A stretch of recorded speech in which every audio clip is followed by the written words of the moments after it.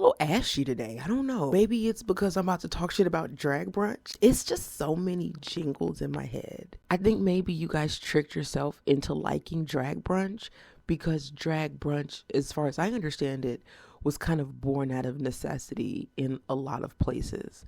And then it just makes drag accessible to otherwise people just who wouldn't experience drag because they don't really go to nightclubs. But I think maybe I'm a drag purist. When I left home for the first time, I was exposed to the world in such a fun and safe way. And maybe that's the difference between that. Maybe that's just a difference, like a fundamental difference. Because I didn't move out or leave until I was maybe, well, I mean, I went to culinary school at 19, and that's when I left home for the first time. So no, I was 19. I wasn't even like particularly older. But maybe the difference between leaving home at 17 or 18 and leaving home at 19 is that you make a little bit more sharp choices. I don't know. But my first foray into the world was queer, and it wasn't black, but it was black safe. It was marked safe for black people. Like the people, like my roommates, were all queer, and the only black girl that was in the house was always out with her boyfriend. But then when her boyfriend came over, they were just chill. They would like, they would be in her room, but when they interacted with the rest of the house, everything was chill. I just remember the last day I was there, he and I played Monopoly for hours because I was avoiding school, and he was like, ain't nobody else here. I'm like, no, bitch. He's like, you want to play Monopoly? And we just played Monopoly. It was very stupid because I don't understand the rules of Monopoly. You're supposed to acquire shit, but strategically acquire shit. Okay. Anyways, drag queens in the daylight. It's no shade. I enjoy drag for the illusion of it all. Like, I like the quirkiness and I like the zaniness of different performances, but it's a talent show. It's essentially a talent show, and you get a diversity of talent, and part of that talent is the illusion. Like, not even when it's one of the girls doing a diva and then she's lip syncing her diva, that's fun. But when it's just one of the girls being a girl, it's like, yeah, in a nightclub, this is very fun to look at. At brunch, well, you just look like my roommate who's a dude who wears makeup, like my dude cross-dresser roommate, which is not shade, but is also not entertaining. Not being good with language isn't an excuse to be a bigot. People are so afraid, and I do know why, and it's not my business. Y'all be like, if Kamala was president, we'd be at brunch. Y'all would rather be at drag brunch than fighting for liberation. The drag queens need liberation too. Oh my God. First of all, okay, hold on. Let's start from the very beginning. Real Housewives of Atlanta season 17. I'm tapped all the way in for K. Michelle. I'm trying to find out when the release date is, and so I typed it in, and the first thing I see is a Gossip article. And if you know the K. Michelle and Gossip, shout out to you, Asante. I was always on your side. April 5th. Okay, that's in a couple weeks.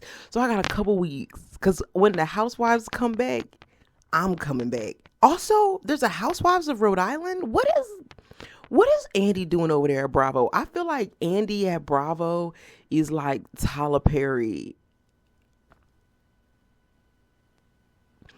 Andy and Tyler and Ryan Seacrest.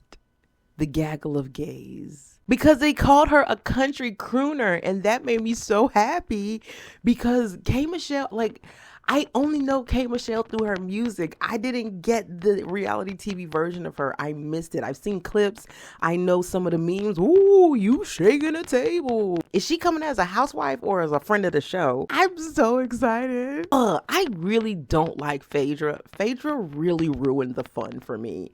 And when you ruin the fun once, I can't trust you not to ruin it again. What's really funny is She by Sheree literally just being Jeffree Star's logo white labeled on AliExpress jogging separates.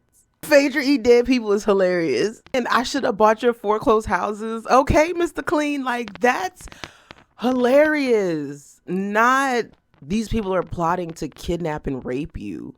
In Atlanta, where these things are prominent within our community and culture, and we know that, and you're saying that shit for likes and views? Miss Pinky Cole! I know Miss Pinky Cole is in some hot water. I know Slutty Vegan. But we ride for our sisters, okay? I'm so in. Drew Sidora is nobody who adapted to the housewives like Drew Sidora, because I knew Drew Sidora when she was like Drew Sidora. How else do you say that? Like, you know how she would play herself in the game because she was Drew Sidora? Like, I knew Drew Sidora. Like, I don't know how else to say it. Drew Sidora was really the it girl. And so, you know, like but that was like in our teens. She was like the teenage it girl. And then, you know, she had her moment like with the game and I guess other things, but I didn't really follow her career. Blah, blah, blah. And then I seen her on the Housewives, and the way she was like, I did not kiss that woman. True.